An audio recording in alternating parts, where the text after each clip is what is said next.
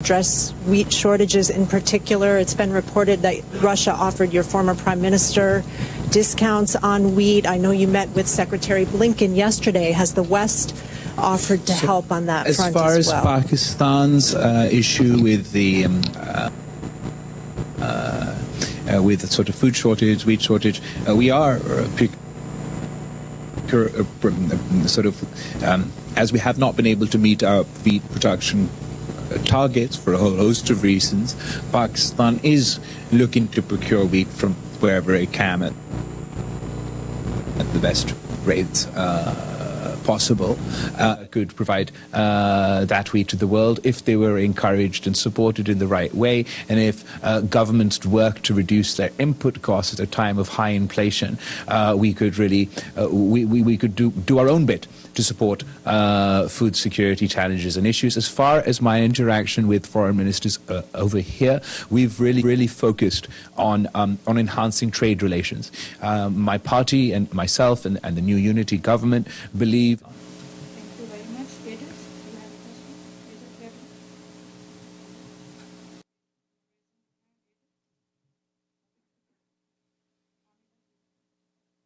question? Thank you, Mr. Minister. I'm not Edie, but she'll come around. Pamela Falk from CBS News. You have spoken, even since you've been here, about the fight against extremism. Mm-hmm. I've spoken with both of your ambassadors about this issue. Can you explain, or at least update us, on where terrorism and Pakistan stands? I know it's a very big question, but it was a big issue this past summer. What do you see now in terms of the scenario? As far as terrorism and extremism is concerned, this is a consistent and long-term existential threat to all of us. There are obviously immediate concerns that need to be addressed, whether vis-a-vis specific terrorist groups, their increased activity, how and to which way they benefit from the situation in Afghanistan. But as far as our country's long-term approach is concerned, that needs a lot of political ownership and consensus and investment in across the board, where we not only fight the sort of militant component, the kinetic component of this conflict, but we also the ideological component, and we fight the narrative component. Pakistan has a national action plan that is all-encompassing. It combats hate speech, it combats extremism, it combats this thought, this ideology, this poisonous and toxic ideology, and has a way forward to deal with specific groups. Unfortunately, despite having this plan being born of consensus, it hasn't been owned and implemented in the way it should have been by the previous government, and I would certainly emphasize on the new government, of which I am a part, that we fully own the National Action Plan and implement it, walk the walk, walk the walk that we talk about to ensure the safety not only of future generations in Pakistan, but also in the international world. Thank you so much. Michelle, thank you. Thank you, Minister. Michelle Nichols from Reuters. Yeah.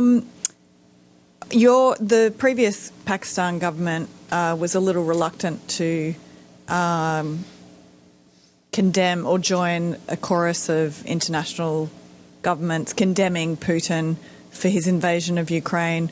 What is your government's assessment of what Russia has done in Ukraine? And then on a bilateral level, ties between Pakistan and the United States, what challenges do you see in that relationship, and can they be overcome? Thank you. There's no sea change in Pakistan foreign policy between the previous administration and now. We do, of course, have a more nuanced foreign policy, but as far as this particular issue is concerned, Pakistan is in favor of peace. We, from our own perspective and our own experience, have just seen how after decades of conflict in Afghanistan, how ultimately dialogue and diplomacy were the path to a conclusion.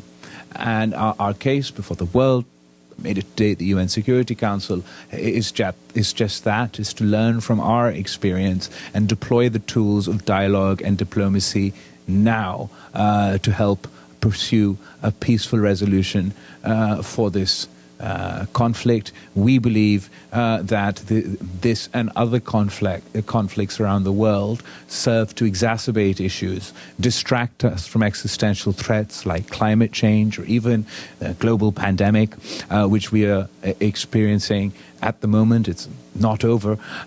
So that is our sort of our primary message. Pakistan, despite having limited resources, has done whatever it can within a humanitarian crisis, within a humanitarian context. We have been leaders in advocating for humanitarian aid in Afghanistan and chipping in our part over there. We've also, despite our limited resources, been providing humanitarian assistance to the people of Ukraine. So while our foreign policy is more nuanced, there's no sea change in our approach. Your second question was more... Oh, okay. So on the bilateral front, we absolutely believe that engagement with everyone and consistent engagement is important, regardless of events and ground realities. And it's only if we have consistent engagements that we can deal with the multitude of problems that we do face. I'm particularly pleased with the way that the engagements that we have had on the sidelines of this of the United Nations have gone so far. I believe Pakistan and the United States have a long history. We have a deep, meaningful relationship that has a people-to-people side, a government-to-government side, a business-to-business side, but there's a lot more potential to unlock over there. And we would like to pivot away from a transactory relationship, a one-point agenda relationship, to a more broad-based relationship with a particular emphasis on trade, with a particular, and I'm particularly pleased with my conversations with Secretary of State Blinken on enhancing trade in the agriculture sector, in the energy sector, in the tech and IT sector, on the U.S. administration's initiatives on women empowerment, empowering women entrepreneurs. And I look forward to working with the U.S. government in these fields to provide opportunities for Pakistani business and for American entrepreneurs, because I believe that they hold the key to unlocking the true potential of our bilateral relationship. Thank you. Thank you, Mr. Foreign Minister. Susan Tehrani from WION. Do you think it's time that Pakistan reached out for dialogue with India? And also, my second question is, after your meeting with Secretary Clinton, just to follow up on that, what you just mentioned, do you think that Pakistani-U.S. relations has had a reset in a way? So as far as the question of our relationship with India is concerned, that's particularly complicated by their recent illegal, unilateral measures in Indian-occupied Kashmir. Firstly, the actions of August 5th, 2019, and more recently, the events of May 5th, 2022 have complicated this matter. These unilateral actions not only seek to undermine the internationally recognized disputed status of the region. We see these as an assault not only on the people of Kashmir, but an assault on this institution of the United Nations, as an assault on the UN Security Council and its resolution, as an assault on the Geneva Convention. Not only are they undermining the international disputed status of the region, but there's a concrete effort to undermine and disenfranchise and disempower the Muslim minority, a Muslim majority of the region. They've illegally allowed for non-Kashmiris to buy property and become residents of Kashmir and dilute the organic population. And more recently, through the May 5th so-called Delimitation Commission, the electoral constituencies of Indian-occupied Jammu and Kashmir have been gerrymandered to artificially inflate the non-Muslim minority and convert the Muslim majority into a minority minority. So such actions make it very difficult for us to hold a dialogue with the country who is implementing racist policy in Indian-occupied Jammu and Kashmir and are not abiding by the resolutions of the United Nations and international norms and international rules-based order. Having said that, we are very cognizant of the fact that economic activity, dialogue, diplomacy are ultimately the ways and means for countries to engage with each other and resolve disputes. I just note that particularly at the moment, given this aggressive, hostile behavior, the practical space for that happening is very limited. So I think that it is very important for the United States and Pakistan to consistently engage, to honestly engage. And while I wouldn't call it a reset, I would say it is a great opportunity for both sides to think about what is in the benefit of our people, what is in the benefit of the people of America, and what is to the benefit of the people of Pakistan. If we sort of close all doors between the two countries and stop talking to one another, I don't believe that serves the interests of Pakistan, and I don't believe that serves the interests of the people of America. There's definitely a newfound opportunity to enhance engagement, to move beyond a transactional relationship to a more deep and meaningful relationship. And I certainly see the space for that. I certainly see the window for that. And if only we continue to have an honest and meaningful dialogue with one another. Pakistan is very committed to working with the international community. We want to. We are a modern Muslim nation that will be taken seriously on the world stage. We will conduct ourselves in a responsible manner and in an honest manner. Engage with everyone, be friends to all and enemies to none, and hope to work towards the mutual benefit of our two countries. Thank you, Minister. Betülürük, Turkish News Agency. We heard some of the ministers at the General Assembly today at the International Migration Review Forum raising concerns about the rise of threat in Afghanistan and as a result, a new wave of migration. As a neighboring country to Afghanistan, how concerning is this for Pakistan? And also, how should the international community engage with the Taliban regime? Thanks. Thank you so much for your question. And the issue of refugees and migration is a sort of a hot button topic in countries across the world. Particularly given the events in Afghanistan, it is most certainly a fear for us and all neighboring countries. We do fear the possibility of the floodgates opening to massive a refugee crisis like we've seen in the past.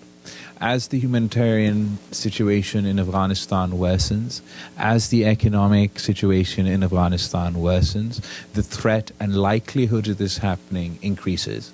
That is why Pakistan is very keen that we don't send a message to the people of Afghanistan yet again that after decades of conflict that they are abandoned by the international community.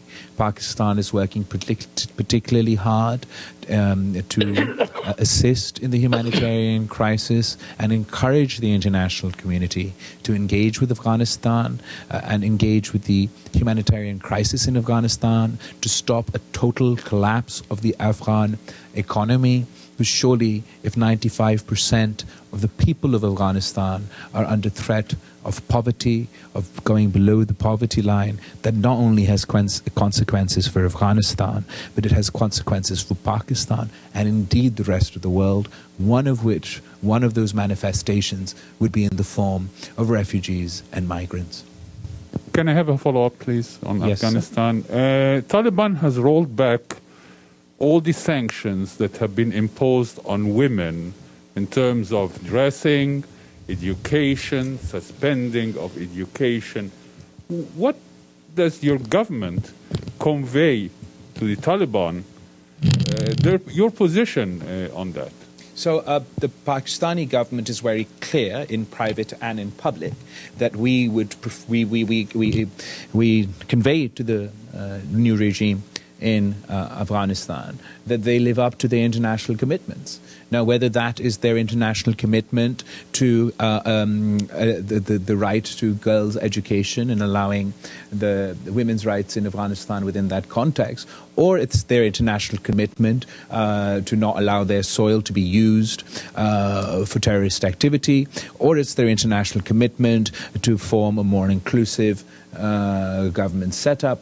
In our private conversations and in our public conversations, we do insist on these points. As far as the specific question of women's rights are concerned, the previous government may have had its own approach, but as Foreign Minister of Pakistan, I believe when I emphasize the importance of women empowerment, the importance of women's rights, that is not within some sort of Western imposed construct. We believe that women were given rights by Islam. We believe that the right to education for women is granted because of Islam. The first word in the Quran is Iqra, which means read. It does not say only men read, we are all to read. So Pakistan has had the first female prime minister in the Muslim world. She was elected for the first time. She was elected a second time. And had she not been assassinated, she would have been elected the third time. So when we speak to the people of Afghanistan, or when we speak to the new regime in Afghanistan about women's rights and their obligation to live by their promises to the international community, and we do so not only in light of that, but also because we too believe these are rights of the women and girls in Pakistan and in Afghanistan.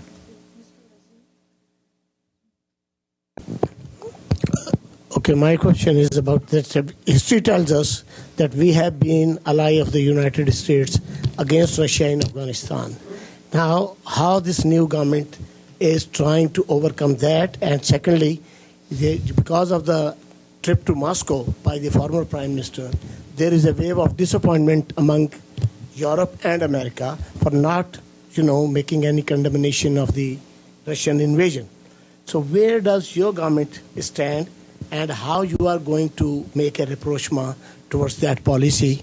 As far as what you're referring to at the start about being allies in Afghanistan, that is also now very old history.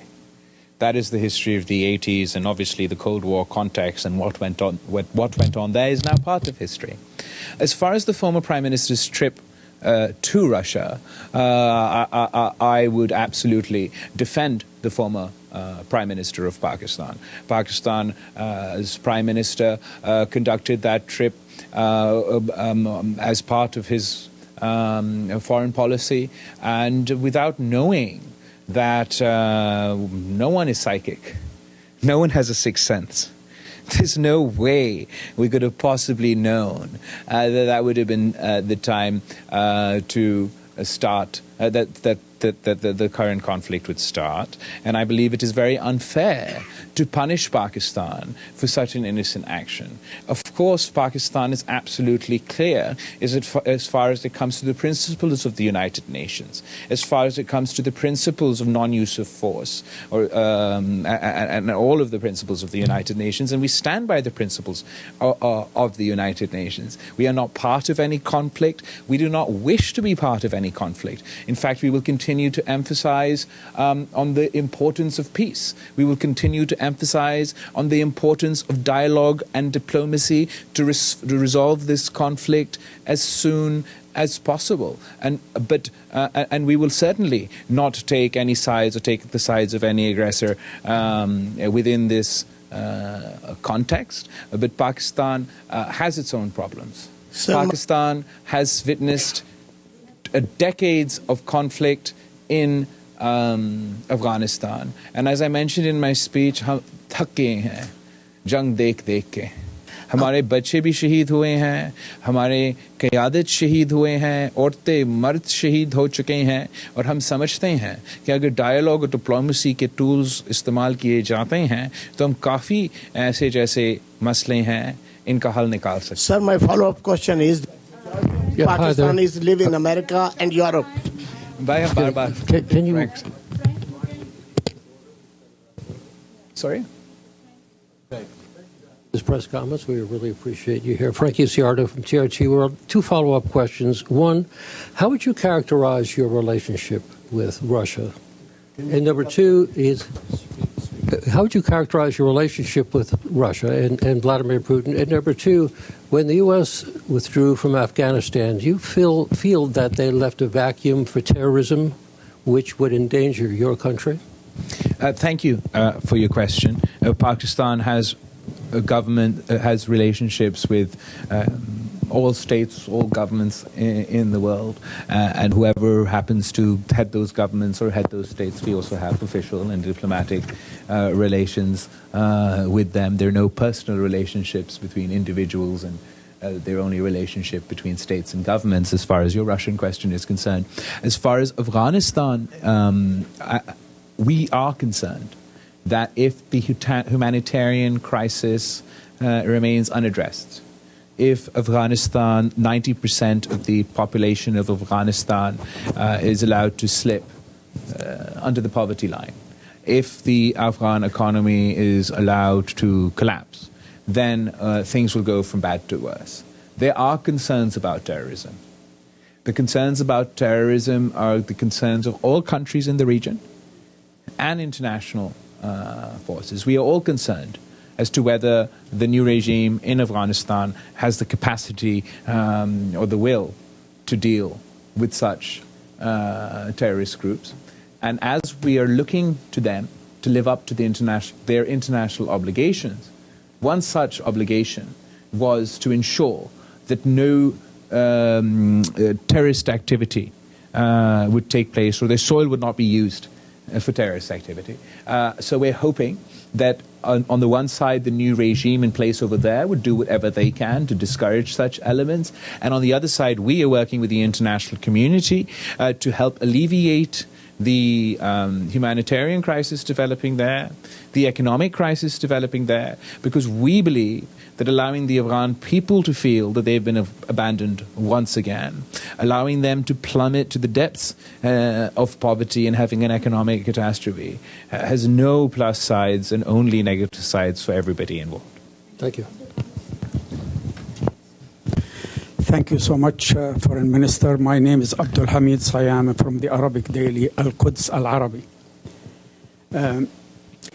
I see so much similarities between the behavior of India in Kashmir and the behavior of Israel in occupied Palestine.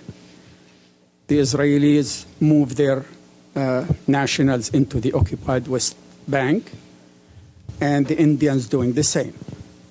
The Indians scrapped the special status of Kashmir, as you know, and Israel considered the West Bank as part of Greater Israel. The same thing applies to the relationship between Prime Minister Modi and the former Prime Minister Netanyahu and the current one. So the government of Mr. Imran Khan was committed to see the struggle in both and support them.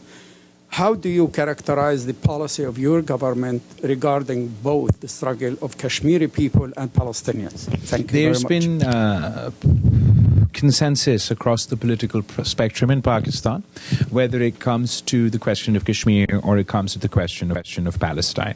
We are unanimous in our support for the people of Kashmir, and we are unanimous in our support to the people of Palestine. The parallels that you see are seen by a lot of people that observe the situation in both.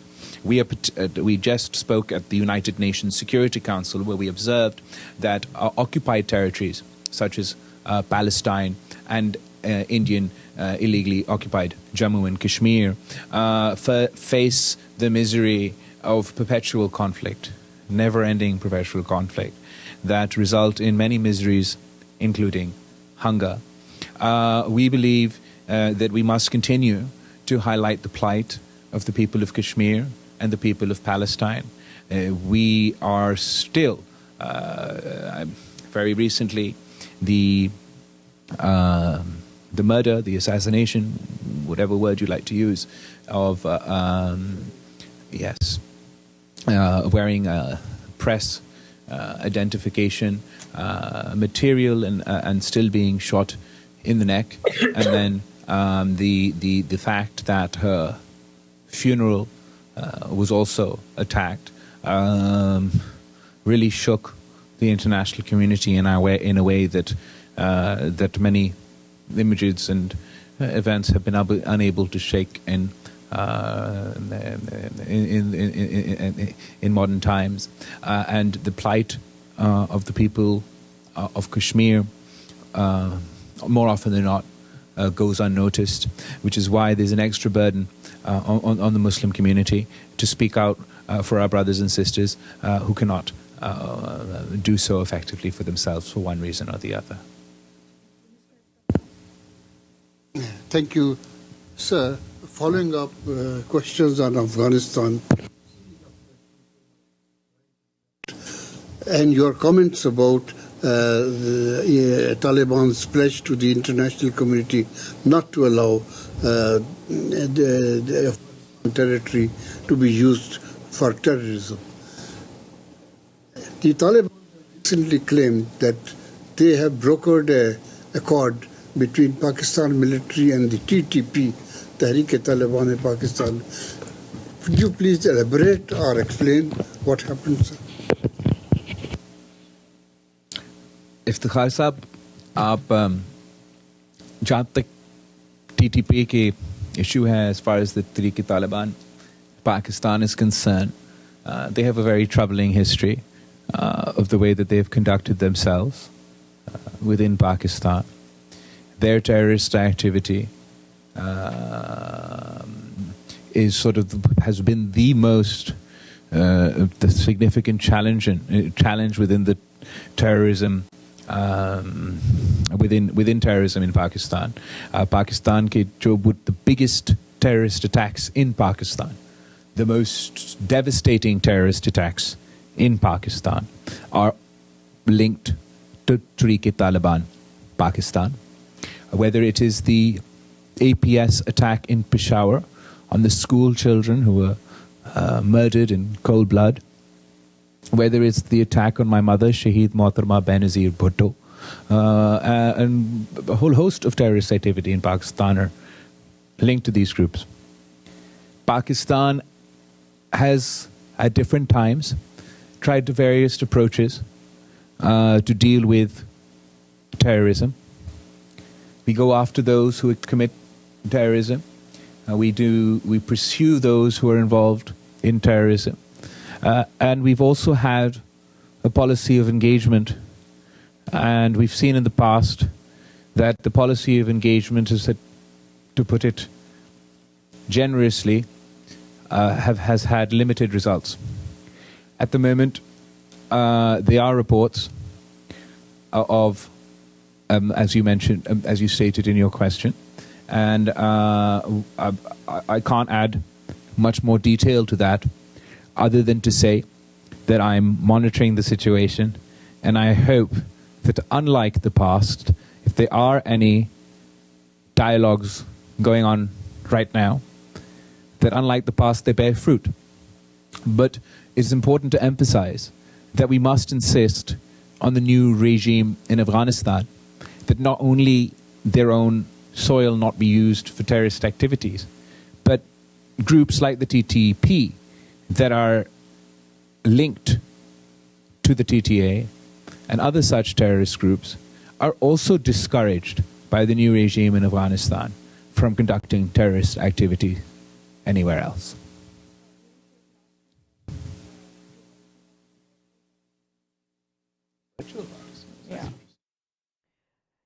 Bilawal Bhutto Zardari New York में media से गुफ्तगू कर रहे हैं। उनका कहना है कि एंटनी ब्लिंकन से ट्रेड ताल्लुकात बढ़ाने पर बातचीत हुई। हमने दहशतगर्दों का और उनकी आइडियोलॉजी का मुकाबला किया। उन्होंने कहा कि हम खवातीन की खुद मुख्तारी पर यकीन रखते हैं, लेकिन हमारी खवातीन की खुद मुख्तारी किसी मगरबी नजरिए के बजाय इस्लामी नजरिए पर है।